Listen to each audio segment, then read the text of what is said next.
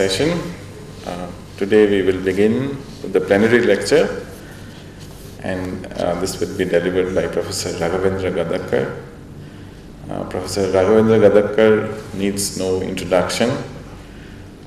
We all know him who come from Indian Institute of Science. Professor Gadagkar obtained his BSc honors degree way back in 1972 and MSc in 1974 in zoology from Bangalore University, and then he obtained his PhD in 1979 in molecular biology from Indian Institute of Science, and thereafter he has worked in Indian Institute of Science initially as a research associate and then lecturer, assistant professor and professor since 1997, and he is also an adjunct professor at IISER, Kolkata, and a non-resident permanent fellow of Wissenschaft Kolleg, which in English means Institute of Advanced Study in Berlin. Professor Gadagkar has many academic and research achievements over the past years, and he has established an active school of research in the area of animal behavior, ecology, and evolution. Professor Gadagkar also teaches many of these courses in general biology, animal behavior, behavioral ecology, and sociobiology and statistics. I need not take much time. There are many other contributions, awards, honors. It will take a longer time to tell all of them. I may welcome Professor Gadagkar to deliver his lecture. Please.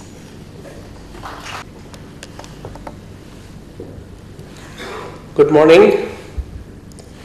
I'm sorry I was not here the last 2 days of your meeting. I just come back from a meeting in New Zealand, so I'm giving this talk this morning. I hear that many of you are still on their way to be here, but we will begin in the interest of time. I have titled this lecture as "What Can We Learn from Insect Societies?" I have spent most of my professional career studying insect societies, and I believe that there's a great deal we can learn from them. I also noticed that the emphasis of this meeting is on interdisciplinarity, and while talking about what we can learn from insect societies, I will inevitably straddle across many disciplines. This is not because of your title, but it happens that you need many different disciplines in order to be able to appreciate and study insect societies. In fact, I will spend a few minutes each in several different disciplines. Begin with natural history, which is actually a very important discipline. It's the mother of all biology. It's only when we do natural history we uncover the problems and prospects of studying life. Everything in biology begins first as natural history.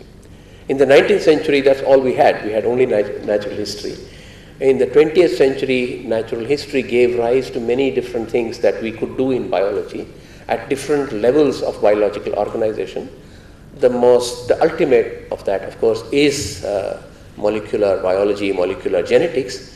But at the other end, we straddle all the way up to community ecology, or if you like, biosphere ecology. So life is organized at many different levels, and natural history is never complete. You don't finish natural history and then do other things. Natural history is the cradle, which you continue to do, and from that cradle are born many, many different little nuggets, which then develop into individual disciplines. Genetics, molecular biology, ecology, evolution, all of these have grown from the cradle of natural history. So it's an important discipline which continues and it is ongoing. I will spend a few minutes on evolutionary biology, which is one of the results of the study of natural history. And social insects have contributed a great deal to our understanding of evolutionary biology. I'll spend a few minutes, surprisingly, on synthetic organic chemistry, and social insects have a role there. That is, synthetic organic chemists have a role in the study of social insects, or in learning from social insects, in allowing us to learn and use the wisdom from social insects. Synthetic organic chemists have an important role, as I will say. I'll spend a few minutes and say that. I will then spend a little bit of time on sustainable agriculture. Your title has, your subtitle is Sustainable Progress, and since agriculture is a very important component of human society, again it turns out that there's a great deal we can learn from insect societies, specifically in our attempts to create systems of sustainable agriculture. As all of you know, we have tried very hard and mostly failed. Our agriculture is not very sustainable. The way we utilize the resources of the earth is not at all very sustainable. And in fact, agriculture has been one of the most non-sustainable activities. We take a piece of land, we use it for some time, and then we destroy it so much that it becomes wasteland. Then we move and we say, oh, here's another nice patch of forest, let's cut down the trees and let's start agriculture here, and then you discard that and you go. So there is a great deal we can learn from insect societies, and I'll spend a few minutes referring to that. Quite different, information technology, which is of course now the buzzword. And believe it or not, there's a great deal that we can learn from social insects to fashion our information technology. I think that has been one of the success stories of modern science and technology. But there's a great deal we can learn. In fact, unknown to many people, even in information technology, insect societies have actually contributed to information technology in a very important way, and I will try and refer to that.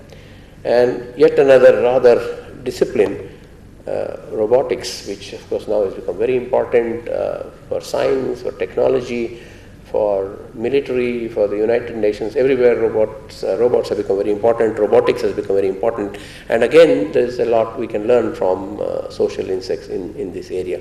So I'll spend a few minutes on each one of these. I will not go into great details because that may not be of sufficient interest to you. I'll try to give you a flavor, I'll try to give you a bird's eye view on how the study of social insects benefits from all of these different disciplines, or how the people in these disciplines will benefit by turning their attention to social insects. So let me begin with natural history. I will begin by showing you a picture of a honeybee colony, which is the prime social insect. It's the social insect that everybody is familiar with. It's the insect. It's the fundamental example of an insect society. A honeybee colony consists of a large number of honeybees living together in a colony. The numbers of bees may vary from, I think the smallest number would be about 20,000 and may go on up to 60,000 individuals. And they live as a society, they function as a unit, and it is remarkable that they don't get into each other's hair, as so to speak, and manage to run an organization. And we are only just beginning to learn how they manage to do that. Within such a colony of bees, one would actually see that there are 3 different kinds of bees. Every honeybee colony has a single large fertile female bee who is the only one who really reproduces in the colony. And for millennia this has been known. Aristotle knew about this, except that Aristotle called this individual the king, but later on it became clear that the queen is a female, and then we began to call her the queen. This only happened in the 17th century. Until then, in fact, it was referred to as the king. So there is a single queen, and there are a small number of male bees, which are called drones, which are characterized by their specific laziness. They really don't do anything in the society. And that itself is a topic of interest. In fact, one of my students did her entire PhD thesis on trying to understand why the males are lazy. So this is how natural history gives rise to things that one can study. But the rest of the colony really consists of smaller, sterile, I would say nearly sterile, worker bees, and they actually run the society. So these societies are called feminine monarchies because there is a single queen who heads the whole thing. But actually we will see that she is not controlling the society in a top-down manner as people automatically imagine. Without any evidence, they assume that the queen gives orders and everybody sort of obeys her. And we've realized that that's not true at all. The insect societies, most insect societies are highly decentralized, bottom-up, self-organized, emergent societies. And I will spend a little bit of time talking about that. Honeybees do many marvelous things. Just to take the most important example, they build a nest. And their nest is made from wax. They drink nectar from flowers, and these carbohydrates with their body metabolic machinery, they convert it into wax. And then they secrete this wax outside their body and use this wax with their legs and antennae and mandibles and fashion large sheets of wax. And in these sheets of wax, they make these exquisite hexagonal cells. Very precise, very impressive. For a long time, engineers and philosophers have been struck by the beauty of these hexagonal cells, by the utility of these hexagonal cells, and wondered how the bees managed to do this. In fact, people have gone to great lengths and measured the angles and described how accurately this is done. And there's a great deal of interest in knowing how do the bees manage to do this. The queen bee itself is larger than the workers, as I said. And if you actually watch a honeybee colony, you will find that the queen is typically surrounded by a group of workers, a small group of workers. These workers actually attend to the queen. They attend on the queen, if you like. They clean her, they lick her, they feed her. She has no time to do any of these things. And she's very busy laying eggs. So she moves from one part of the colony nest to another part of the nest, finding an empty cell to lay an egg. And at the peak of her activity, she can lay several thousand eggs in a day. And she's of course constantly being fed, and then she takes this nutrition, converts it into eggs, and she's laying these eggs. And therefore, obviously she doesn't have time for anything else. And if you actually watch her, in some sense she's a captive. She has this security ring around her, and as she moves, they move, and you get the feeling that she really has no freedom, which is true, I think, for most human leaders nowadays. They don't have the freedom. So that's what the queen does. But in addition to this, she produces many different kinds of molecules, many different kinds of chemicals, which she releases into the atmosphere in various ways. Some are volatile, so they automatically evaporate, and there is a concentration of these in the air around the colony. Many of these honeybees live in cavities, and so you can really have a place where there is high concentration of these chemicals. But also there are some chemicals which are fairly non-volatile, and there is constant physical interaction between the members of a colony, and these chemicals are then spread from one to the other. A lot of it is spread through saliva. When bees meet each other, they exchange saliva, and their saliva has a lot of information, and that information is exchanged through the saliva. Worker bees do all the work, as I said. They build the nest, they clean the nest, they process food, they feed the larvae, they guard the nest, they remove dead bees, and all of this they do in the first half of their life, which is for about 3 weeks. And they have about another 3 weeks of life left, during which they go outside hive and work outside, basically looking for sources of pollen and nectar. And you see here is a picture of a worker bee on a flower. Bees collect only 3 things from their environment. One is nectar, which they pick up from flowers and store in a temporary organ called the crop, where it is not digested. Then they go home and they regurgitate this to bees who are waiting at home, who receive that, and then they take it inside the nest, and that's how they make honey. Basically what the bees do is they mix nectar from many different flowers, and then they evaporate the water content and make it concentrated. So concentrated that it is not suitable for fungal and bacterial growth. They also add some chemicals to that. That's how they make honey. But they also collect pollen from flowers, and the pollen they do not collect actively. Pollen rubs off on the bodies of the bees as the bees are moving from flower to flower, and on their flight back home, they actually use their legs to brush all the pollen on their body and pack it tightly into structures on their hind legs, which we call pollen baskets. So by the time the bee arrives home, she has 2 tightly packed bundles of pollen, one on each of her hind legs, which then she goes and deposits inside the cell.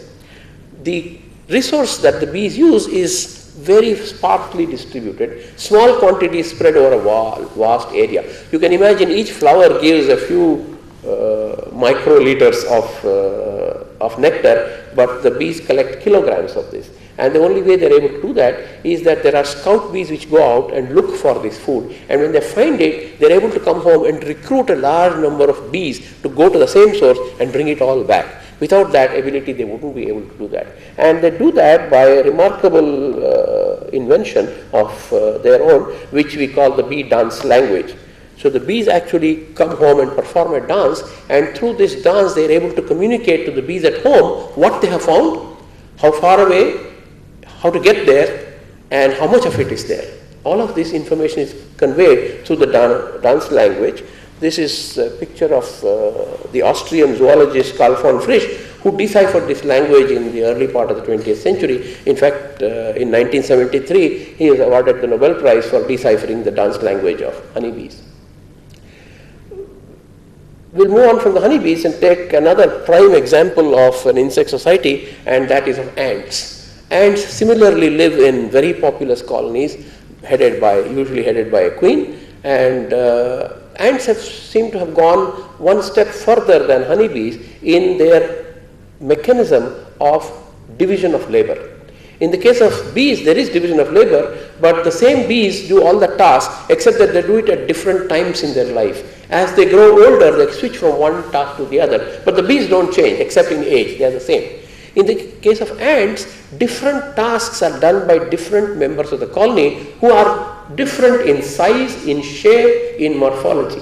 So there is a permanent morphological differentiation. For example, all of these ants belong to the same colony, but you can see how different they are in size. This is the smallest member of the colony, and this is the largest member of the colony. So depending on their size and their shape and their morphological structures, they specialize in different tasks. And this kind of dimorphism or polymorphism, morphological polymorphism, is very extensive in ants. The world record for that is this ant from Malaysia. And in this picture, actually, this is a scanning electron micrograph. A friend of mine who is somewhat mischievous in his style, he took the largest member of the colony and the smallest member of the colony, and he put the smallest member of the colony on the head of the largest member of the colony and took a scanning electron micrograph. It turns out that the biggest ant is 500 times the weight of the smallest ant. And this level of intra-species, intra-sexual dimorphism is unparalleled in the animal kingdom. And this has now caught the attention of developmental biologists, because it's the same genome. It's the same genome that produces these two vastly different phenotypes. And of course, the answer must lie in what we call epigenetics. And people who study epigenetics have become very interested in this. Not only is there a dimorphism of this kind, but there is also a much more interesting, from our point of view, difference between queens and workers in their lifespans.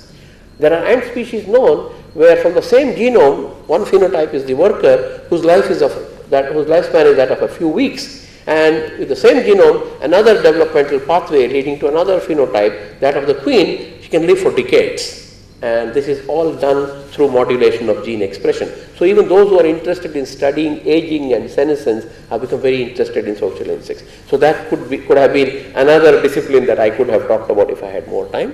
But I just want to give you just an overview. This is a picture of ants trying to build a nest.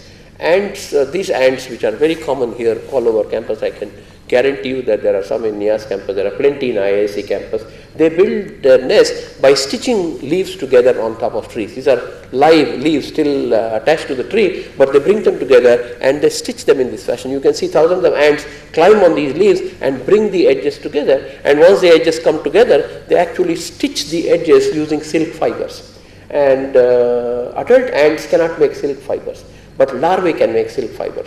So when the leaves are aligned, one of the ants will go inside and bring out a fully grown larva and squeeze her, and she donates then some silk for the community good, and that's how they build their nest. So one can only marvel at the coordination and the cooperation and the way in which they have to organize themselves to make all of this happen. Another famous example of insect societies is the termites. Termites are different because they belong to a different insect order. Ants, bees and wasps, which are the prime social insects, belong to the insect order Hymenoptera, but termites are different, they belong to the order Isoptera. And the main difference between termites on the one hand and ants and bees and wasps on the other hand is that termites are not feminine monarchies. This is the only insect society in which males have an equal role. In addition to queens, you have kings, and in addition to male workers, you have female workers.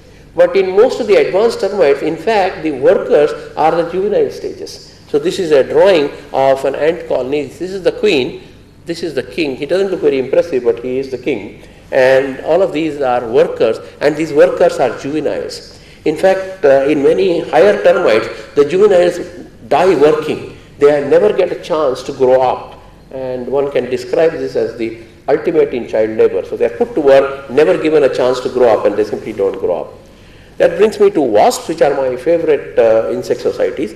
The social wasps are also called paper wasps. And the reason why they're called paper wasps is they build their nests not from leaves as ants do, not from soil as termites do, not from wax as bees do, but indeed from paper. And where do they get paper from? They manufacture paper. How do they manufacture paper? By a process which is remarkably similar to how we manufacture paper.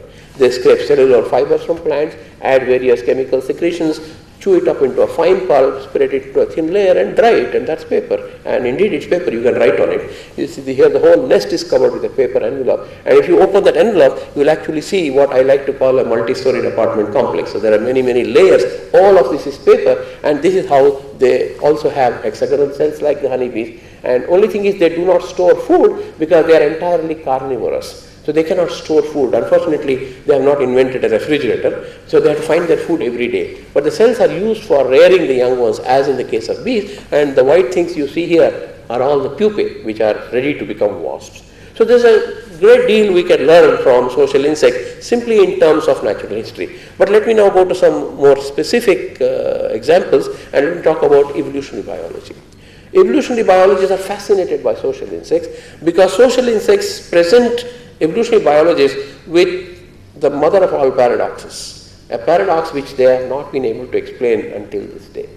Darwinian natural selection, as is known to everybody, expects us to see competition, expects us to see conflict, because it is survival of the fittest.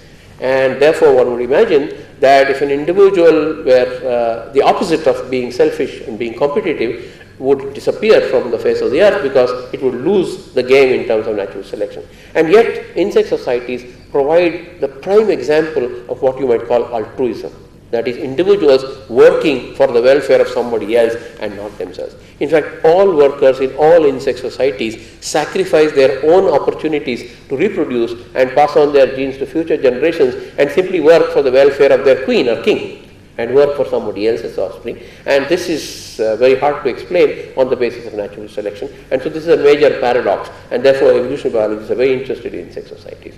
Honeybees provide an even more striking example of altruism.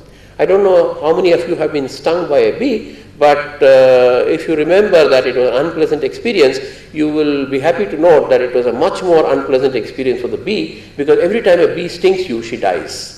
Act of stinging is an act of suicide. When a bee stings somebody and inserts her sting into the body of the victim, she is unable to withdraw that sting any further, because that sting has thorns pointing upwards. The sting gets lodged in the body of the victim. She of course tries, her abdomen ruptures, and she leaves behind the sting, the poison gland, and part of her digestive system. She flies away only to die within a few minutes. And yet, she does not, every bee does not hesitate to sting if you mess with the colony. So it is an act of suicide, and such things we evolutionary biologists, we call as altruism, and we contrast it with selfishness. Selfishness is any act by one individual towards another. The actor benefits and the recipient suffers. Altruism is the opposite. The actor suffers and the recipient benefits. That's what we call it. And as early as 1953, the very famous biologist of the 20th century, J.B.S. Haldane, who, as some of you may know, spent the latter part of his life in India, proposed a theory for how natural selection might in fact tolerate or might even promote such altruistic behavior.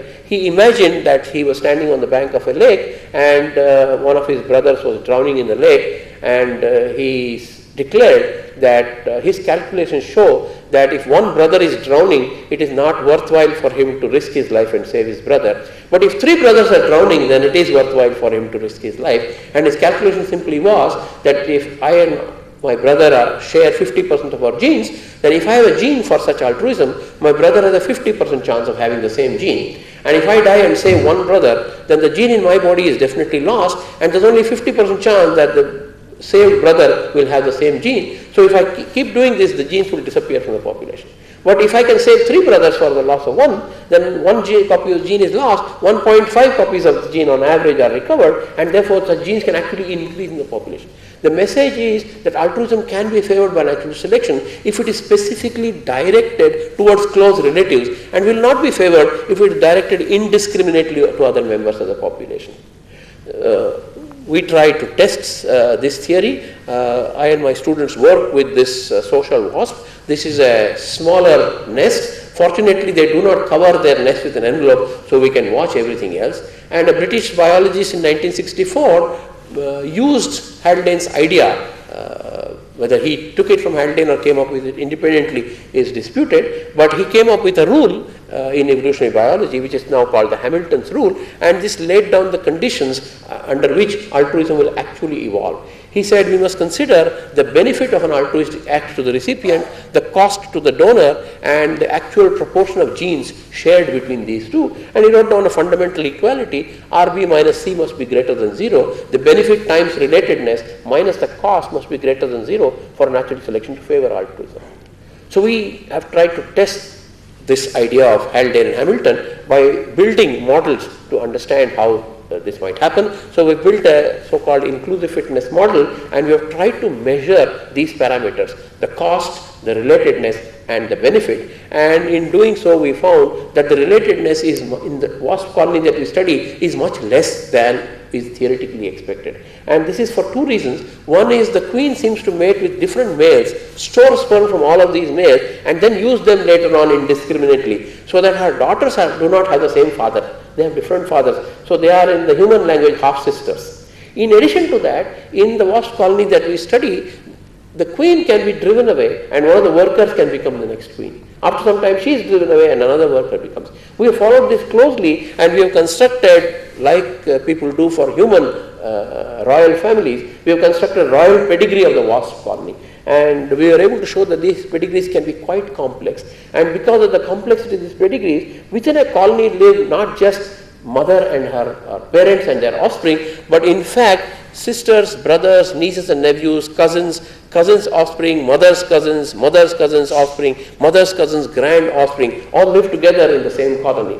I'm very fond of saying that this wasp will put to shame any Indian joint family, because these are much more diverse genetically. And it also turns out from our studies that the wasps seem to know what they are capable of. Only those who are successfully capable of initiating nests of their own will leave their parent colony and go elsewhere. But those who are not capable will simply stay back and assume the role of a sterile slave and spend their whole life working for the mother's queen. One of my students did a very interesting experiment where he forced an individual which did not want to leave, and the one which wanted to leave not to leave. And he looked at what they were doing this, and he found that the voluntary individuals do well as well as queens, but those who are forced to leave actually don't do very well. So taking all of this together, we have built a model in which we add a third component, and this is a kind of life insurance model. The idea of this model is that there is a difference between being a worker in a nest, where there are so many other individuals, and being a solitary wasp on your own. If you are a solitary wasp, you have to survive until your offspring become independent of you. And that in our species is about 2 months. So if a mother lays eggs and dies, she loses everything. She doesn't get any returns for that investment. She has to be alive for 60 days, take care of them, bring them to adulthood. Only then she gets some Darwinian fitness. But if you are in a part of a colony, you can work for a little while and you can die. Somebody else will continue your work and you get fitness. So I built a model in which I can apportion fitness in two different ways. For the solitary individual, I do not give any fitness till end of 2 months, and then I give all the fitness as a step function at the end of 2 months. Whereas the workers basically get a daily wages. They get a little bit of fitness for every day that they work, and mathematically if you compute this, it turns out that there is a 0.43 fold difference between queens and workers, and building all of this, I have constructed a unified model for the evolution of altruism, and this model predicts that only about 5% of the individuals should be bold enough to leave and head off on their own, and about 95% individuals should stay back home.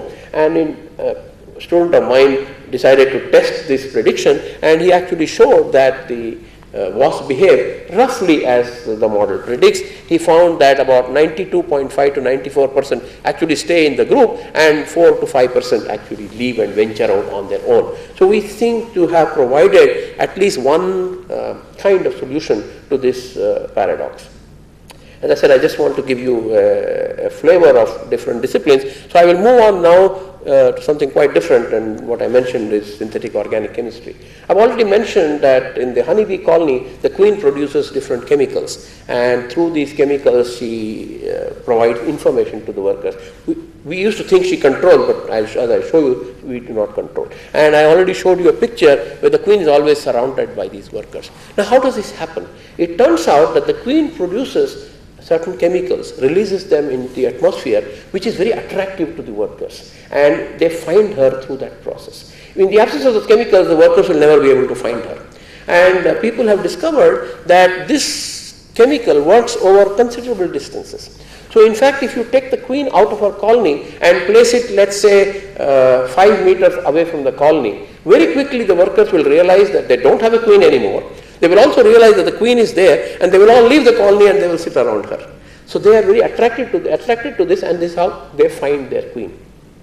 And people have used this information to a very interesting end. I don't know if anybody has come across this, but there are people who claim that they can grow a beard of bees. And here is an example of actually a honeybee scientist who has grown a beard of bees. And the trick by which they do this is actually very simple. What he does is he takes the queen out of her colony, puts her in a little cardboard box, and makes some holes in that cardboard box for her chemicals to evaporate out of that, and then he simply ties that box to his chin with a string. And for precaution, he closes his nostrils and ears with some cotton wool, and within a few minutes the workers realize from where he has taken the queen that they don't have a queen anymore. They also realize that the queen is here, so they come and start settling here, and gently with his hand he keeps pushing them down so that they're not on his head but they're on his beard. And in fact, this is a fairly straightforward thing to do. Many in honeybee research laboratories, many labs have a tradition of doing this once a year. So some member of the lab will make this and get themselves photographed, and this all has to do with the chemistry. But other people said we can put this information to much better use than this entertainment, and that is, can we find out what these chemicals are and can we synthesize them? So synthetic organic chemists got into the act. First they tried to identify the chemicals. It turns out there are thousands of different chemicals, and you can't possibly proceed if that's what you do. So the trick they used was they said, let's find out which are the most important chemicals. And by important you mean the ones which have biological activity. So you have to, basically what you do is you develop a bioassay.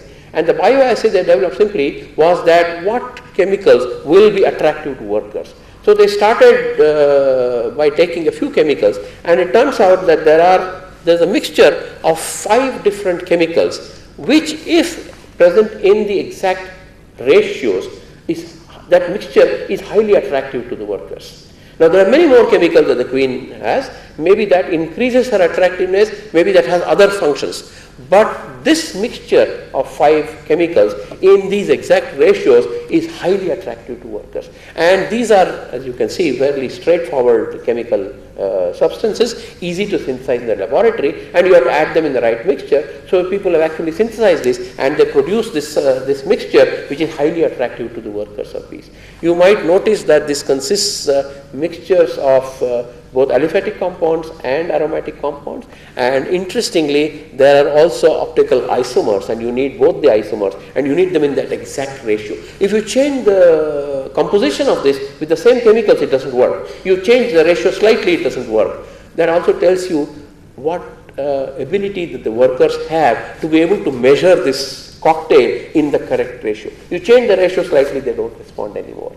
This has again become very interesting to sensory neurobiologists who are using social insects to understand how insects perceive a cocktail, a mixture of chemicals in their environment, and why is it that they don't respond when the ratio changes, how is it that they measure the actual ratios. But this of course has great interest because somebody decided that this is of great utility. So if you can make this mixture in large quantities, then you can get the bees where you want them. And of course we want the bees to come to the orchards and pollinate the fruit trees so that you get increase, and people have actually done this. In Canada now it is routine practice for people to make this artificial mixture and spray it on orchards. Here is some example. So the commercial utility of the pheromone blend has been demonstrated. Pear trees sprayed with the pheromone blend produce fruit over 6%, heavier by 6%, which led to a 30% increase in profit, and indeed the net profit was over $1,000 per hectare. So this has become big business now. There's one more example. Cranberries treated with pheromone yielded 15% more berries by weight, and net returns were over $4,000 per hectare. So it's a very simple study of insect societies which led to this kind of thing, and there's a great deal of interest now in this. So synthetic organic chemists are of course now interested in finding out what are the other chemicals, what they do, and how is it different from different species of bees. For example, we have 3 other different kinds of honeybees in Asia, in India, on this campus, and we don't know what kind of chemicals they produce. So there's a great deal of interest in this. I move from there. As I said, I just want to give you little tidbits of the role of insect societies in different kinds of disciplines that we study. I'll talk a little bit about sustainable agriculture. Many people don't know this, but one of the great accomplishments of insect societies is that, like humans, they practice agriculture. Our agriculture is about 10 to 15,000 years old. Their agriculture is at least 50 million years old. And their agriculture is remarkably like our agriculture. They do not grow flowering plants as we do, but they grow fungi. And they grow fungi and they harvest the crop and they actually feed on that. An ant colony may have 1 million individuals, and the daily food of the entire colony comes from their agricultural produce. And that must be a remarkable feat for them to do that and manage that. 3 groups of insects culture and eat fungi. Group of ants, so-called atine ants, then a group of termites called macrotermitine termites, and a certain group of wood-boring beetles.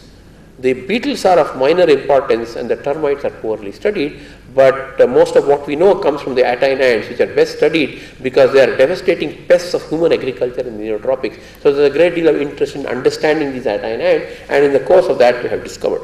So in an atine ant, what will happen is an ant will leave her colony in search of material for growing for their garden. So they will go out, they will find appropriate leaves, and using their very sharp mandibles, they will cut these leaves to the size that they can carry back home, and they will carry it and march back home. And since these ants walk in trails in Central and South American forests, you will find that there's a line of ants all marching with what looks like a flag, holding a flag.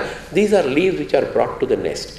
Once brought home, there are smaller sized members of the ant colony which will shred these leaves into fine powder, add some secretions, make it into a paste, and that is their fertilizer. So they will then spread that in the garden, and from the neighboring part of the garden they will actually bring fungal mycelia and plant them here and grow fungi in this fashion. And it is the spores of these fungi that they harvest and they feed on. As I said, there may be hundreds of thousands or even a million individuals, and their entire food comes from their agricultural produce. So you can see how important agriculture is for them, and they have been doing this for 50 million years.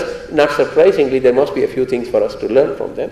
So people are very interested now in contrasting ant agriculture with human agriculture. We also do something very similar. Now if we reflect for a moment on human agriculture, originated about 10,000 to 15,000 years ago. All plants we consume today are derived from cultivars that have been bred and modified for thousands of years. And as most of you would know, the food that we eat every day, it has originally come from many different parts of the world. The chilies that we are very fond of come from South America. They are not native. In fact, the most important thing that this part of the world has provided to modern food basket is rice, which came around here around Southeast Asia. But most of the things that we consume have come from all over the world. So the impact of agriculture on the further development of human societies, of course, has been profound. High rates of population growth, urbanization and economic surpluses, and of course spare time to invent culture, art and sciences, of course would not have been possible if we didn't have agriculture. If we had persisted with the hunter-gatherer life cycle, where each of us has spent most of the day in finding our food, we wouldn't have had time for anything else. Now the question is, what has agriculture done to the ants? And people are very interested in ant agriculture. This is a picture of Ulrich Müller, who in the University of Austin, Texas, has spent his whole life studying ant agriculture. And he shows that fungus farming by ant ants originated 50 million years ago. 200 ant species, all obligate fungus growers. That is, they do not eat anything else except the produce of their agriculture. All leaf cutters never consume the leaves, use them only to cultivate fungi whose spores they consume. When new colonies are founded, the daughter queen carries off a tuft of mycelia, and I have called this the dowry that she carries, because that's the only thing she needs to start her own colony. She needs a little bit of fungus so she can start her own garden. Most of the cultivated fungi belong to a particular family of fungi, a large poorly known group, predominantly tropical. There are really some kinds of mushrooms that they cultivate. Now, one can ask many questions about ant agriculture, which arise out of our familiarity with our own agriculture. What kind of fungi do these ants cultivate? Do all the ants cultivate the same type of fungi? As in the case of human beings, have there been multiple independent events of cultivation of wild species? Like humans, do the ants exchange cultivars amongst themselves? And as you can imagine, these are most interesting questions, and in recent times it has become possible to answer these questions with the advent of molecular biology techniques, where you can actually compare the fungi of different ants and so on, and we now have answers to many of these questions. 5 different independent origins of fungal cultivation in the ants has happened in the last 50 million years, not just one event of cultivation. Ants occasionally exchange fungal cultivars among themselves, similar as humans have done. New cultivars have been added to the ant fungal garden from time to time. Now, the obvious interest for us is the efficiency or the lack of efficiency of agriculture, because that's what we are plagued with. Our agriculture is a very inefficient system. So people are very interested in comparing human and ant agriculture. The great efficiency of both ant and human agriculture depends upon the cultivation of monocultures. It's only because of that we have high efficiency, but this comes with a significant cost in terms of loss of genetic variability in the cultivars and their consequent heightened disease susceptibility. If you have a monoculture, then the pests have a great time because they don't have to go searching for their food elsewhere. Unlike human agriculture, which depends almost exclusively on pesticides, ants use a complex mix of strategies. This is where we have much to learn. In fact, ants practice a kind of integrated pest management which we are only dreaming of. They actually do that. The success of ant agriculture is the following. By being subterranean farmers, the ants largely insulate their crops from disease-causing pathogens because they are underground. Ants engage in intense manual monitoring of crops and removal of pathogens. This has all been discovered by actually watching these ants. Ants maintain a reservoir of crop genetic variability by periodically borrowing cultivars from other populations and by periodically acquiring new free-living sexually reproducing organs. This is not what they do. This is the kind of mechanized intense agriculture we like, but what the ants do is that the ants use biological control to deal with unwanted pathogens and parasites, but their brand of biological control is very different from ours.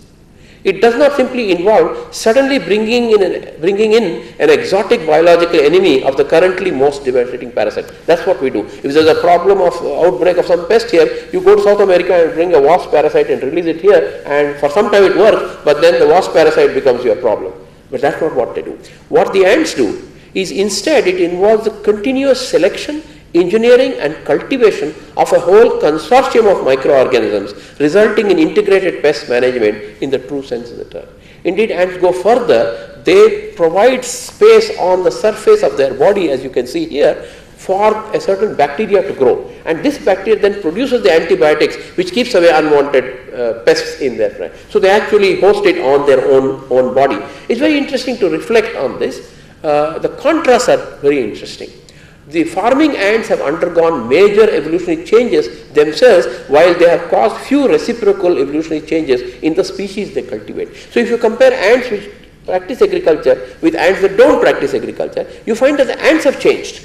But the fungi which they grow are not very different. The fungi are what they were when they were not being cultivated by the ants. This contrasts with humans, of course, where we ourselves are not willing to change and we would like to modify only our crops to suit us. And it is this difference in philosophy which actually accounts for this difference. So the essential difference is that the essential difference between ant and human agriculture is the long-term sustainability of the farmer and the striking unsustainability of the latter, that is of human agriculture. The essential reason for this difference is that the ants and humans pursue different optima in the trade-off between productivity and sustainability. Unlike the ants, humans try to get more returns for less investment so that a few individuals can practice agriculture and feed the rest of the population who can then pursue other tasks. Whereas in ants, almost everybody is involved in pursuing this. So this is a great deal we can learn, and this is a very active area of research. Much more is being done. I will now move on to information technology. And it turns out, as I said, that everything that we are learning about the insect societies is telling us that they are not top-down, they do not practice top-down control, but bottom-up control. And they are self-organized emergent properties. And one of the first experiments which woke us up to this, because people had automatically assumed that the queen gives orders and everybody else follows. The first experiment which woke us up to this thing and led to these implications for information technology is actually an experiment done not long ago, in the year 1989, by actually a Belgian chemist. This is Jean-Louis Deneuberg, who was actually a student of Ila Prigogine. And he became interested in ants, and he discovered that, so in fact now we talk about swarm intelligence or artificial intelligence. And what Deneuberg was surprised is that if there are two paths from home to food, the ants somehow choose the shortest path. And how do they know which is the shorter path? A typical biologist would have said, see, ants are so clever. They walk on both the paths, they measure which is long, which is short, and they know that natural selection has favored them to use the short one because they know that the shortest one will give them the best results. And being a chemist, he didn't know any of this, and he decided to find a chemical answer to this question, and he indeed found a chemical answer. He set up a very cute experiment in the lab, which I now make my undergraduate students actually repeat. And the experiment is Jean-Louis Deneuberg. The experiment simply is that there is a nest and there is food, and there are two glass tubes, one long and one short for the ants to go, slightly more complicated. So there are two sets here, and when you begin, this is what the ants do, and 8 minutes later you see most of the ants are using this shortest path. They are ignoring this thing. And his question was, how do they do this? How do they know what to do this? And he came up with a very simple model which he tested. His model said complex behavior evolves from simple rules, and that is the mantra of swarm intelligence. And his idea was, his model very simple. He said the ants, two ants leave their nest at the same time and take different paths to a food source, but when the ants walk, they mark their route with pheromones, which they always do. And then he said the ants that took the shortest path just by accident will return first, and this trail will now be marked with twice as much pheromone as the path taken by the second ant, which is yet to return. Their nestmates will now be attracted to the shorter path because of the higher concentration, just by the fact that they came back sooner and went again. So there's more traffic on the short path, less traffic on the long path, more pheromone here, less pheromone here. And the next ant says, this smells better, let me go here. And you can get this remarkable property. The colony's efficient behavior emerges from the collective activity of individuals following two very simple basic rules: lay pheromone and follow the trails of others. You don't need intelligence, you don't need to measure the distance, you don't need to know that shorter is better. It is just the chemistry that makes this happen. And he built a simple mathematical model describing this phenomena, where he actually calculated or postulated the probabilities with which ants will choose the two paths. I won't go into the details, but with this model he was actually able to do some simulations and compare it with experiments, and he actually showed that the simulation results and the experimental results match very well. He also did another very clever experiment. He said, if my theory is correct, then if I open the long path first and allow traffic on the long path, keep the short path closed, and half an hour later I open the short path, then the ant should be fooled. Because now they will not choose the shortest path, because pheromone is already built up in the long path. And he did a series of very nice experiments showing that it doesn't work if you open the path later on. So that was a real critical proof of his. So the advantage of swarm intelligence are many. This is what we call swarm intelligence. First, there is flexibility. The group can quickly adapt to a changing environment. There's robustness. Even when one or more individuals fail, the group can still perform. Let's say one ant makes a mistake and goes to the path which smells less. Doesn't matter. It's the group activity that matters. If you can make mistakes, it doesn't matter. It is robust. Of course, there is flexibility and there is self-organization. The group needs relatively little supervision or top-down control. Nobody needs to tell any ant what to do, as long as it is more sensitive to smell. And therefore, the intelligence is what we call distributed, and what happens is what we call an emergent property. And people have tried to use this in many different ways. In fact, a person in Belgium who was doing his PhD in computer science became very interested in the results. He actually gave up his original plan, and he's worked on computer algorithms based on these principles. And now there is a whole field on ant-based or ant inspired algorithms that people use in computer science. And people have also started using these for other things. One ant researcher was hired by the French telecom company, and he actually provided for them methods which were very efficient. He gives an example here. So he says, what are the problems of a telecommunication network? A phone call from one place to another generally has to go through several intermediate nodes. We need a routing mechanism to tell each call where it should hop next, and a good routing method avoids congestions to minimize delays. Now consider a problem. When conditions change dramatically, for example, when there is a phone-in TV competition which leads to localized surges in phone traffic, messages need to be routed to less congested areas of the network. And how do you do this? He came up with a procedure inspired by ants. He said researchers from, he was one of them, researchers from Hewlett-Packard have developed a computer program based on ant foraging principles that routes telephone calls efficiently. Software agents roam the network and leave bits of information, which you can call digital pheromone, to reinforce paths through uncongested areas. Phone calls then follow the trails left by the ant-like agents. The evaporation of the digital pheromone allows congested areas to recover from the overload. Thus, the ant-based solution has the inherent advantages of swarm intelligent systems: flexibility, robustness, and self-organization. And as I said, there is a whole field now which is called ant-based colony, ant colony-based optimization techniques. This is Marco Derigo, and he and his colleagues have developed ant-based routing to handle internet traffic. Simulation results indicate that their techniques outperforms all existing routing methods, including the protocol currently used in the internet. Ant-based models are now being used by Southwest Airlines for the efficient routing of air traffic.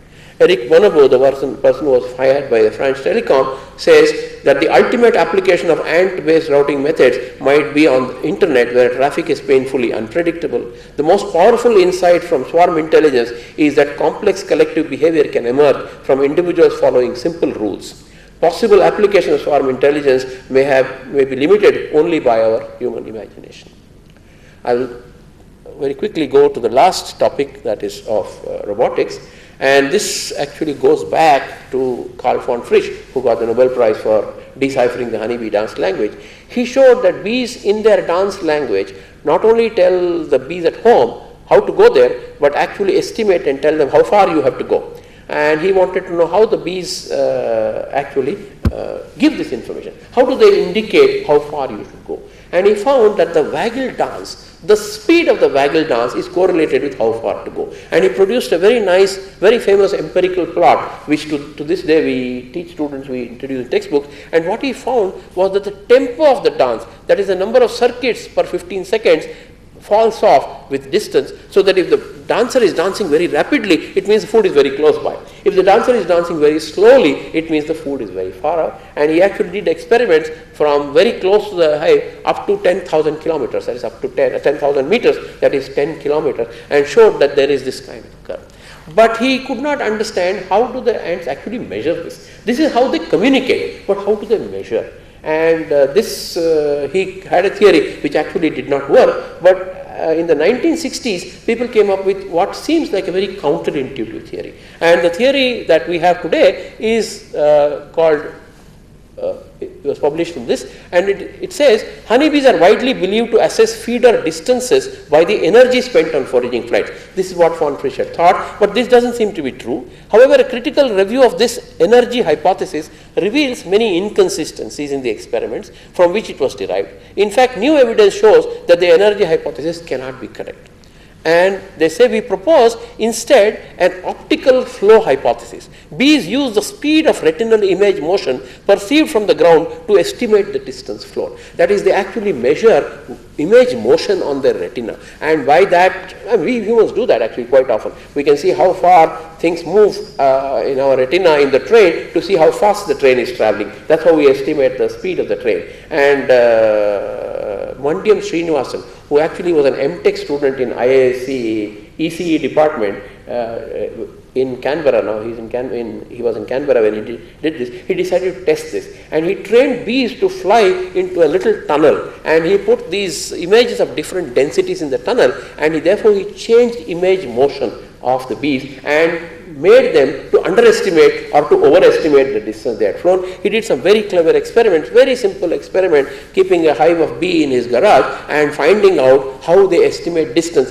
depending on whether they have flown inside the tunnel or outside the tunnel. And based on this, again, I won't go into the details, he's been able to actually calibrate the odometer of the bees. The distance to each wall is 5.5 centimeters, so he estimated that 1 centimeter of forward motion in the tunnel would cause the image to move by an angle of 10.3 degrees, therefore 6 meters of forward motion is so much, and finally he was able to say 1 millisecond of the waggle dance encodes 13.9 degrees of image motion in the eye. And this method of estimating the thing is, as you can see, it also has to do with how high you are flying from the ground. If you are taking the image on the ground, then it also tells you what your altitude is. And by adjusting your speed, and you can change your altitude, as you are changing your altitude, you can adjust your speed, so that by the time you hit ground, your velocity is actually zero. And this is something that is being used. There are other examples where insects have inspired robotics. I'll just take one more example, and this has to do with how ants assemble themselves. If you throw a bunch of ants in water, they will not drown. If you throw a single ant, it will drown. If you throw a bunch of ants, they will make self-organize within minutes a raft, and they will bring their bodies together, make a raft, and this raft, as you can see here, can float in water for long periods of time. People have now started studying the mechanism of making this raft and the properties of the raft. So the ants have 6 legs and 2 antennae. So they have 8 things to hold on to. Everybody has 8 appendages to hold on to. So they interlink themselves, and they actually carry a layer of air around their body which gives them buoyancy, and they can float on this for weeks together, sometimes for months together. Of course, we know this from King Solomon, who was the first one to notice that ants can float in this fashion. People have now started studying this. I will just give you one. So a single ant struggles in water, but a colony can float for days. Groups of ants link their bodies together to make waterproof rafts with self-assembled, self-healing hydrophobic surface. Using their mandibles and tarsi to make tight links, they keep water away and thus increase their buoyancy. Some ants have to inevitably remain wet and uncomfortable at the edges, and this appears to be achieved by coercion by the rest of the group, a fine balance between conflict that is so characteristic of insect societies. Here is a young graduate student who does this, and he maintains a very nice website from which I have taken this video. If you can just turn off these lights for a minute, I'll just end with these 2 videos. Can we switch off these lights, please? just for these last two videos.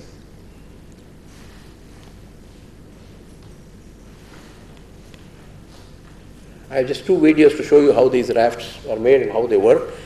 You can see them. They're rapidly linking themselves, and in a minute or so they will have produced an appropriate raft where there are no gaps, there are no holes in this, so that water doesn't enter inside, and then this can float for a long time. And the resilience of this can be tested again from the website of this graduate student. I have taken another video. Now if you try to disrupt this, you will see how resilient this is. So what he's trying to do is, with the forceps he's trying to push, but the hands don't separate. You see, they are holding to each other so tightly that you are not able to separate them. That's how they are doing that. And now there is a new field which will emerge very soon, and you might call that field social robotics. So people are now experimenting with the idea that you don't have one robot, you have a large number of robots, and all you have to program these robots is to follow simple local rules. No robot needs to know the big picture, and by doing that, then these groups of robots can probably achieve much more than what individual robots can have. So social insects are now, I predict, inspiring a new field which you might call social robotics. So social insects are very interdisciplinary, and that's why I thought that would be a good idea to speak to you about. This is my last slide. I just want to end by reflecting on why I think these insect societies are so successful. First, I think they have the benefits of kin cooperation. They're often in close kin, and that helps cooperation. Secondly, there is benefits of group cohesion. There is a strong feeling of insider-outsider, and they are very cooperative with insiders and rather aggressive to outsiders. That helps. And finally, and of course, this gives them the balance between cooperation and conflict. And finally, the decentralized bottom-up self-organization. I don't think any top-down control will be able to be so efficient and be resilient and be robust and be flexible. It's only this bottom-up organization that helps. And this is why I think insect societies are so successful, and I think we have barely scratched the surface in what we can learn from them. There's a great deal, I think, more we can learn from them. I will stop here. Thank you.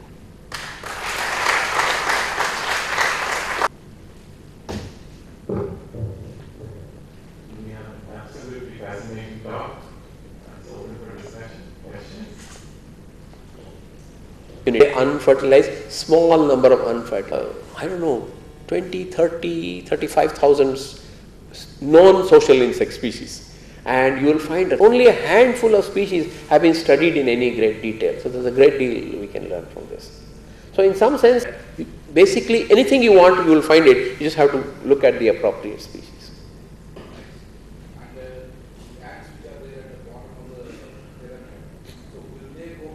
Yes, the dynamics works at many different levels. Let me just give you a few examples.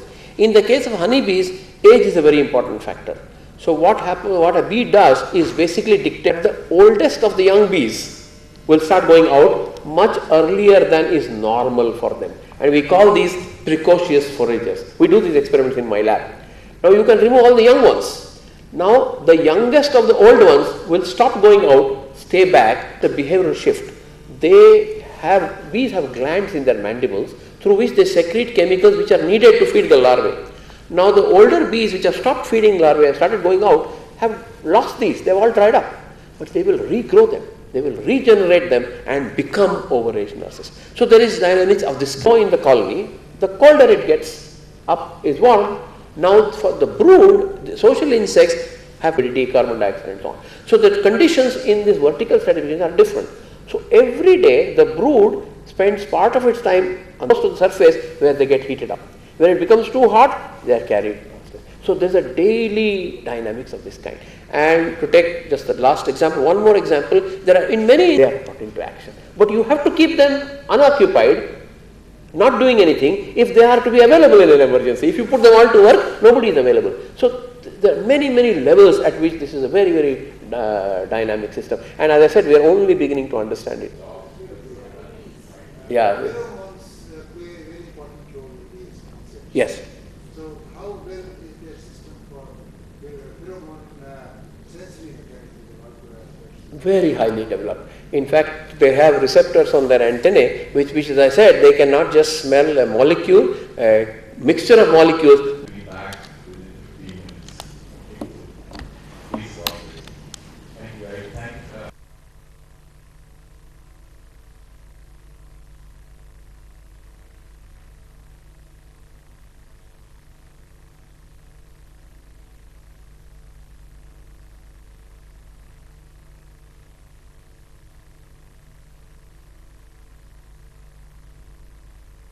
We have already had the keynote for this session on the first day by Professor Upinder Bhalla from NCBS. We'll follow up with the subsequent presentations. Professor Manju Bansal, who is also the president of our association, will chair the session. She is also professor at Molecular Biophysics Unit. Without any further delay, I'd like to invite her and welcome her. Thank you. For a year and a half, we've been focusing on what is called use of genomic sequencing for diagnosing rare diseases. So I'm going to talk about that. Quick introduction, since this is a multidisciplinary audience. For our purposes, the genome is the DNA sequence of the genome that each one of us has is a long 3 billion length sequence of A's, C's, G's, and T's. Some parts of the genome are called genes. They are recipes for that code for certain proteins. And occasionally you'll have a character in the genome that most characters in the genome are pretty robust. You change them, nothing happens. Occasionally you'll have a character in the genome that changes causes a very dramatic impact on the person carrying that character. And those are the characters that we are interested in. And those are the characters that cause genetic disease. A particular type of genetic disease, which we call monogenic or Mendelian disease, is a sort of disease where the genome is overwhelming in its impact. So no amount of environmental correction, etc., by and large, can correct for the impact of the genome. So that's what we mean by these Mendelian diseases. We've been working, so before I get into what we've been doing, there is a fair amount of genetic disease out there, even though we don't realize it. 1 in 50 or so people have some sort of this Mendelian disease. It's born with some sort of Mendelian disease. On this slide are examples of various sorts of patients that we have worked with in our practice, and our goal is to take each of these families and really distill down to the one character out of the 3 billion that causes their problem. And then there are things you can do about it potentially, which won't be the focus of this talk. I'll focus on how do we get down to that one character amongst the 3 billion when you have a family which has some sort of genetic disease. So now to illustrate the whole end-to-end process and how computing, biology, and medicine has to come together to deliver this in. So this is a real medical setting that I'm going to talk about. This is not just a research lab doing research and publishing the paper. You're answerable to a patient. There's a patient sitting in front of you. There's a doctor, and you as a researcher are doing everything that you need to be able to get an answer to this patient within a finite means few weeks amount of time. Right? So with that mindset, I'm going to take you through a real case and illustrate all of the various facets that we're all grappling with, but also the tremendous advances that can be brought to bear on individual patients today. So here is a family again from all the families we work with are in and around Bangalore. So here is a family that's had 2 children, and you'll notice a few interesting things about their faces right away. I mean, you can see the prominent eyes popping out. There's these 2 children had very characteristic facial features.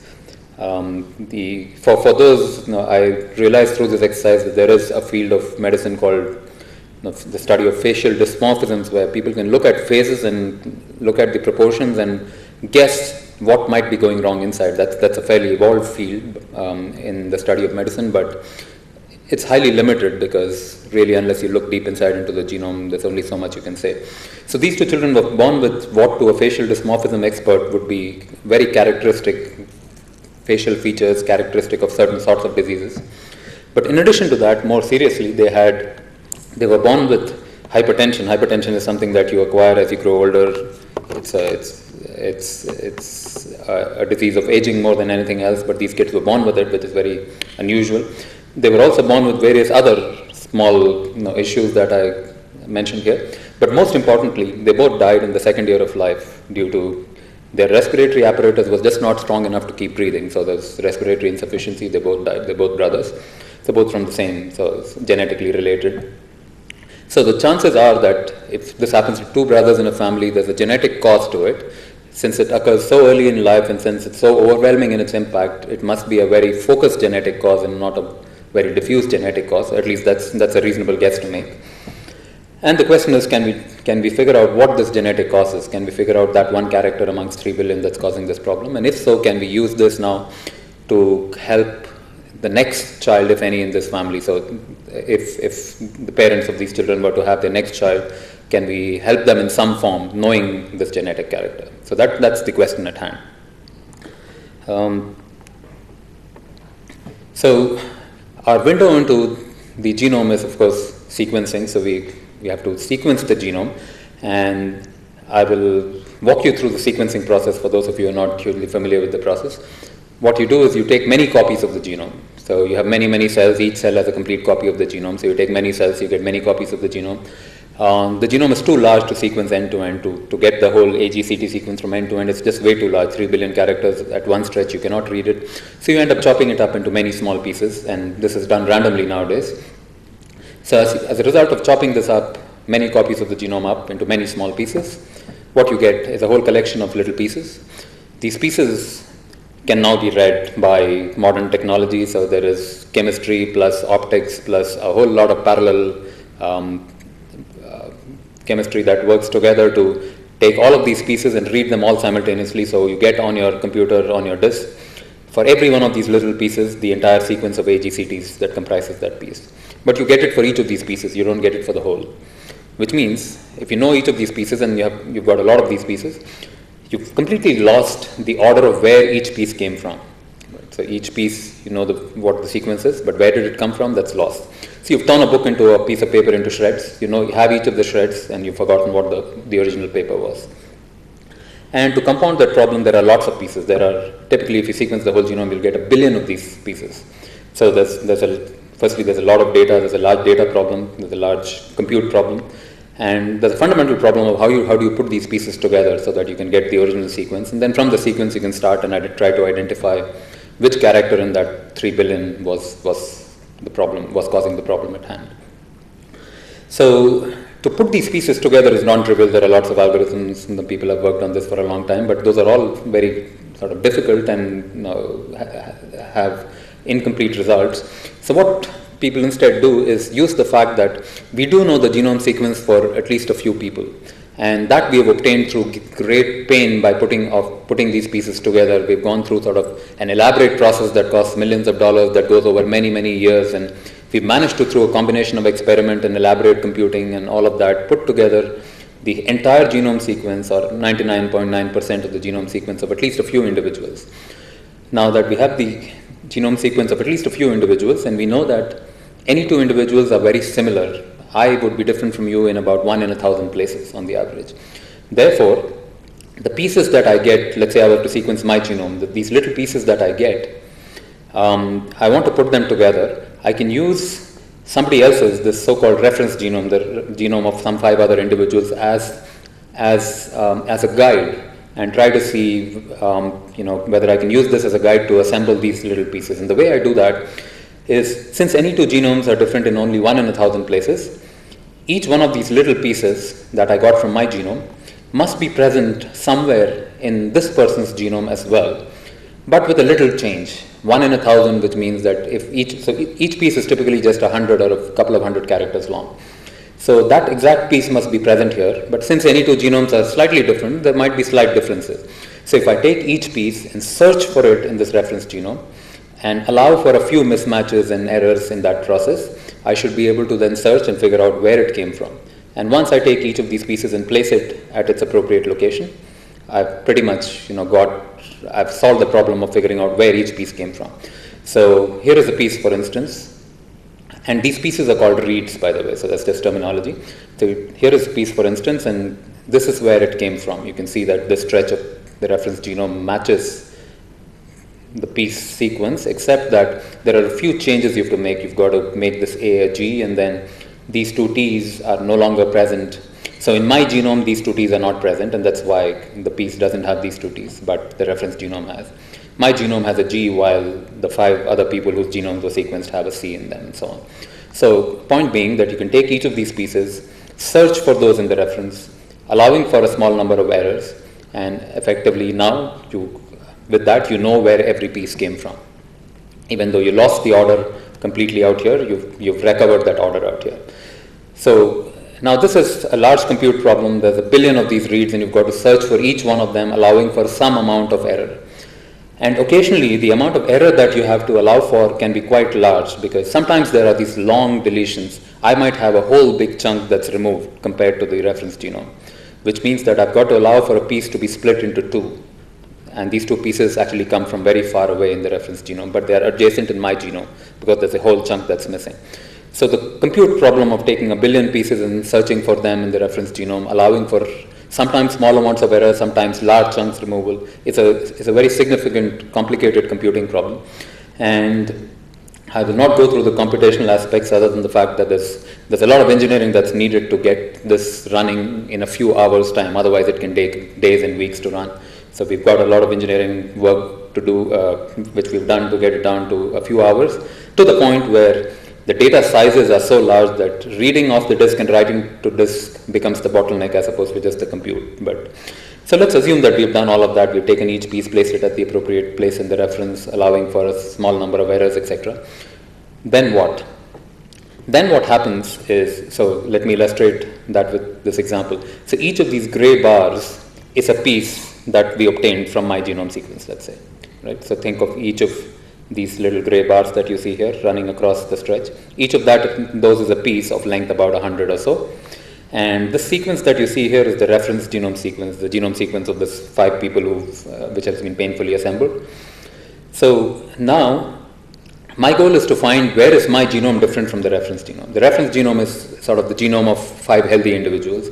And wherever I am different from the reference those are the candidate locations, which could be culprit locations causing the problems in the kids at hand.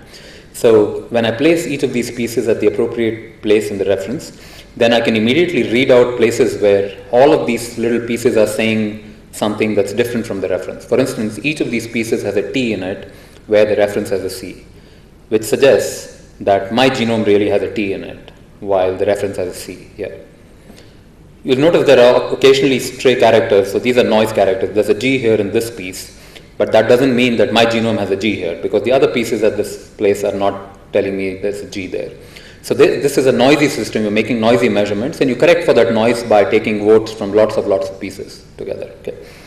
And if all of these pieces say there's a T, then my genome has a T, but sometimes it might be just that half the pieces say there's a T and the other half, there's nothing written, which means it's the same as the reference, which is an A. So half the pieces saying a T and half the pieces saying an A can happen because I have 2 copies of the genome, one from each parent. One of my copies could have a T in it, the other could have an A in it, and so I will see either a half-half combination like this or a full combination like this. And of course, it's an erroneous system, so you'll never be exactly half-half or never be exactly full. There'll be noise which you have to correct for.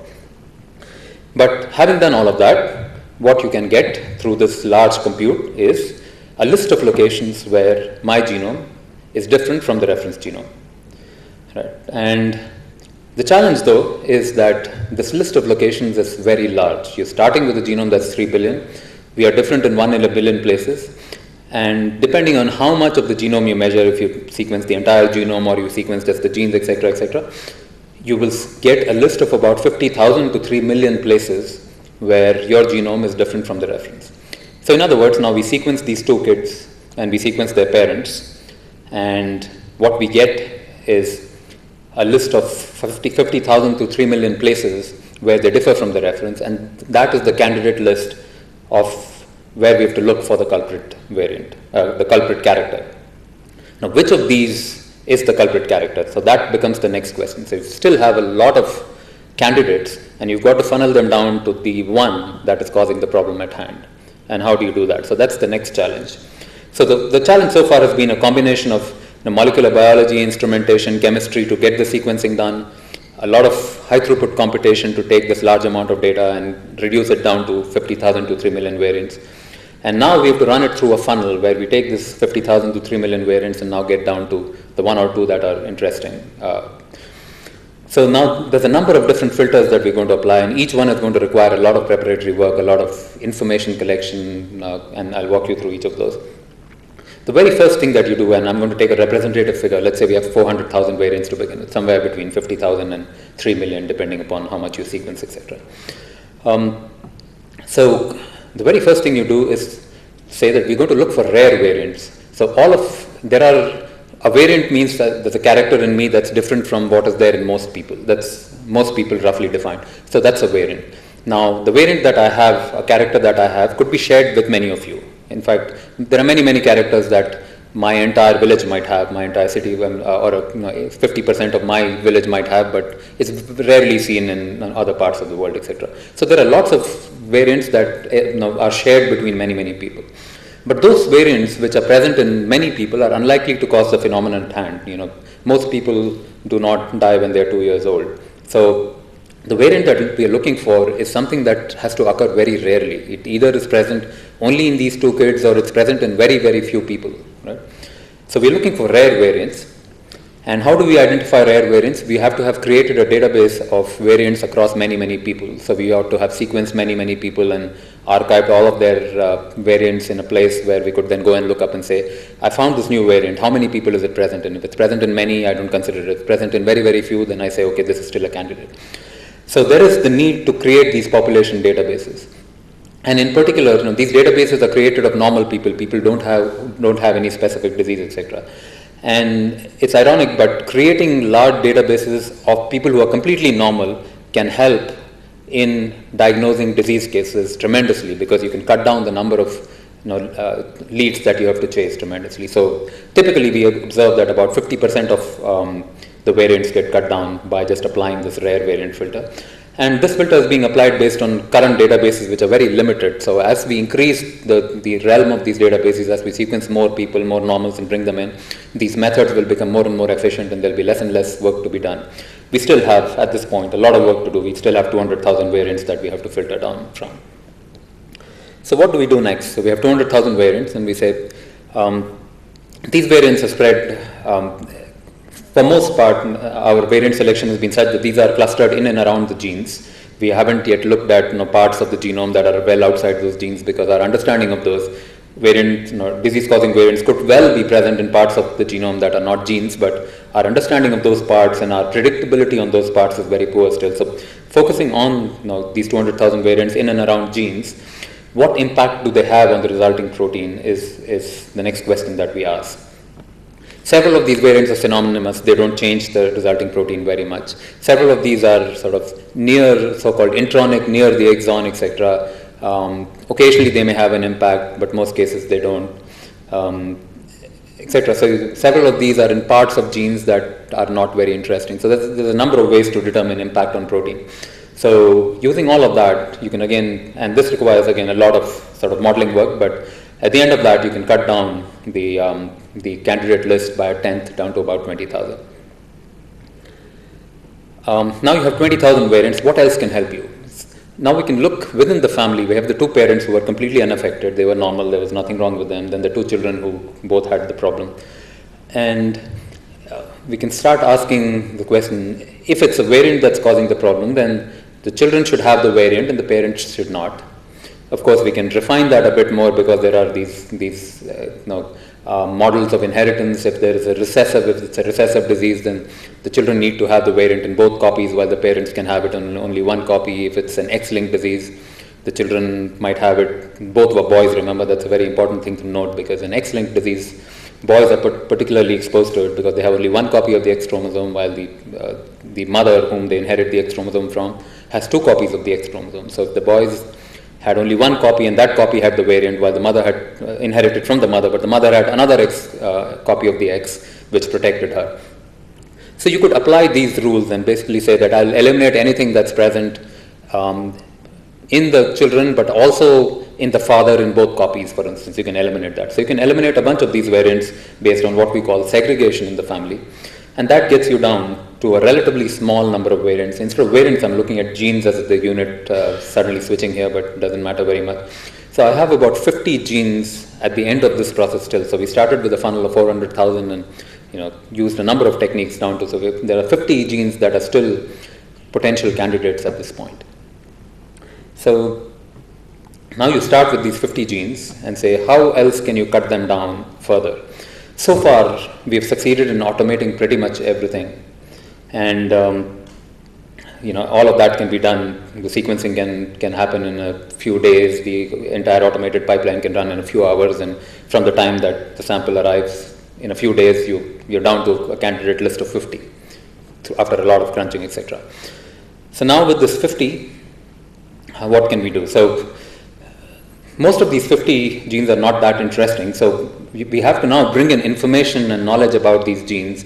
What is known about these genes in literature? What parts of the biology do they hit? Do they hit parts of the biology that could contribute to the phenotypes that we saw in these children?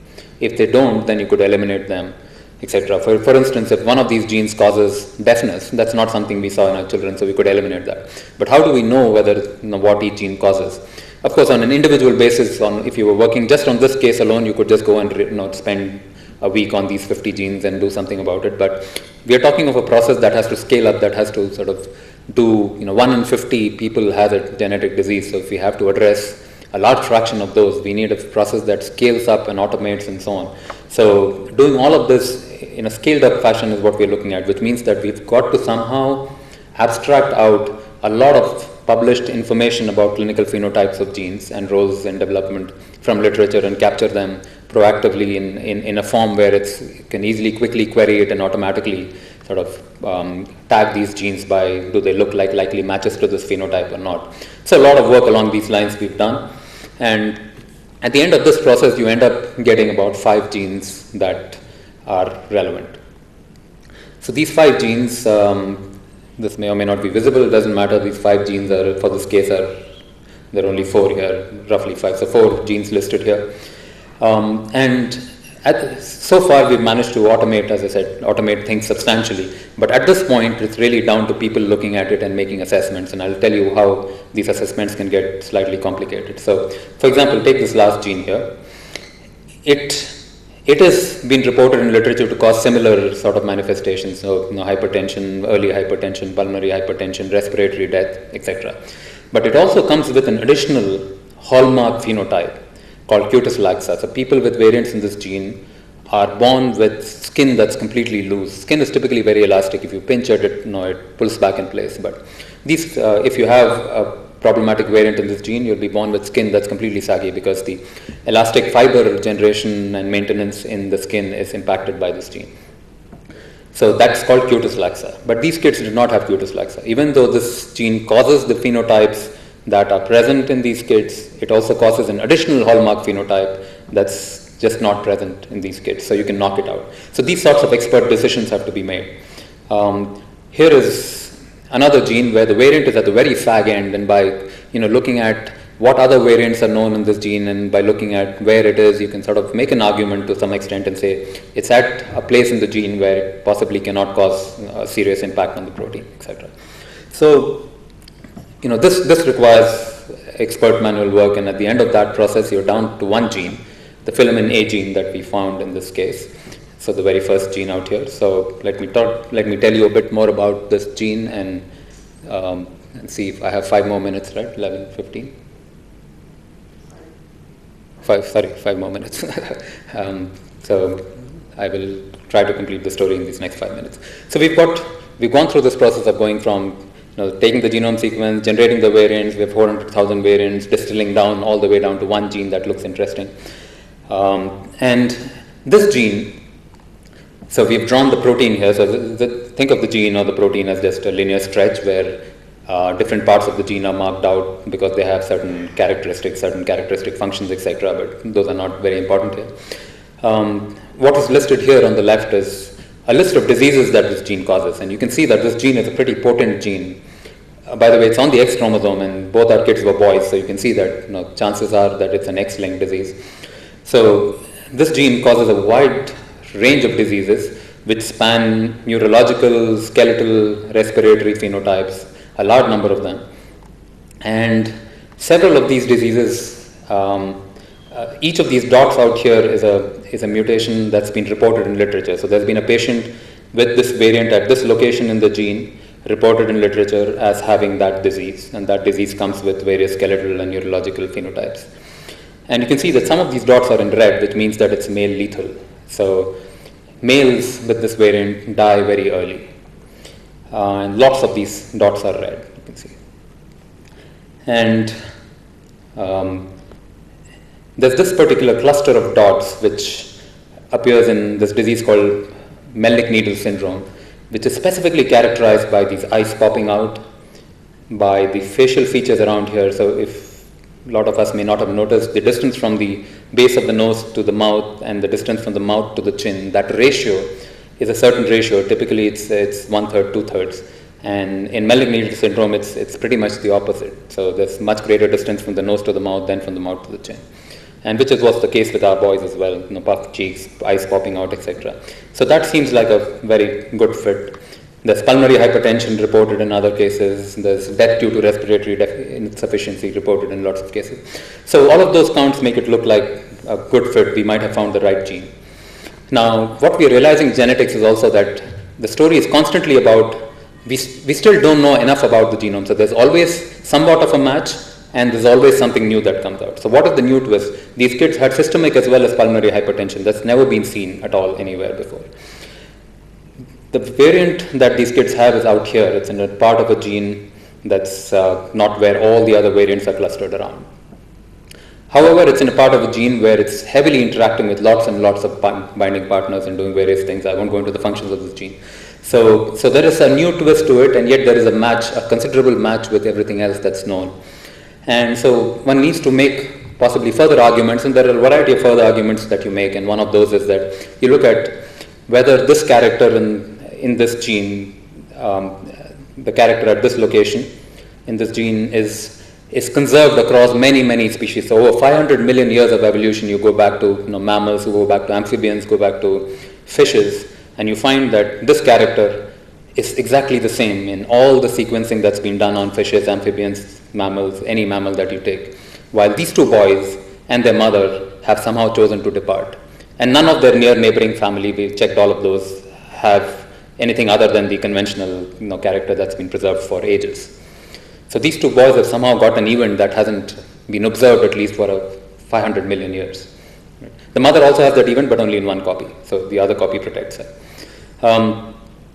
You can do protein structure work, and that location actually is pointing outwards, unlike all the other locations that are sort of more inwards, and it's clearly exposed outwards. So it might impact how it reacts with other sort of external proteins. But there's only so much knowledge that you have to make these assessments. And now on to my final slide, and I'll conclude in a minute, is I've presented to you how we got from the whole genome down to variants, down to 400,000 variants, down to a single gene, down to a substantial match, yet a few open questions that we cannot quite answer, and further research will be needed to answer them conclusively. However, decision making cannot wait. So the mother, by the time we've got this, the mother is already pregnant with the next child. And the clinician in charge has to take a decision at this point. So cannot wait for research to conclusively answer this as, indeed, this is the culprit. No, we've made, there's a match, but it's just accidental match. That'll take, I'm still trying to find collaborators for that, and I can easily see that going on to the next 5 years.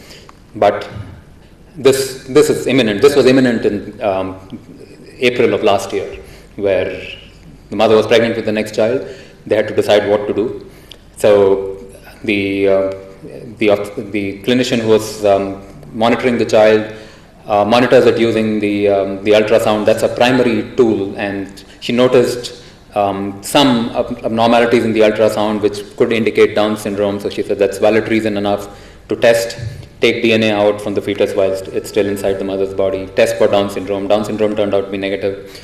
Then we tested for this filamin A gene, and what we found is that the fetus had the variant, but only in one copy. And so you see this is X chromosome, both the children who died were boys. Here there are clearly 2 copies, sex determination is illegal in India, so we don't talk about the gender, but the fetus had the variant in 1 copy. And clearly that indicated that just like her mother, she should be okay. So the pregnancy continued. The little girl was born in August of last year. It's been a year since she's been born and she's been doing fine since then. So, so that sort of brings me to the end of the story, and I'd like to conclude by saying, to bring this as a service in India, in the hinterland of Bangalore, to real patients and doctors, putting everything from sophisticated molecular biology measurements to high throughput computing to clinical decision making, and all of that on a deliverable basis within a 3-4 week turnaround period is what makes this a challenge, and that's something that we've been working on, and I think we'll see more and more of this hopefully as we go along. Thank you.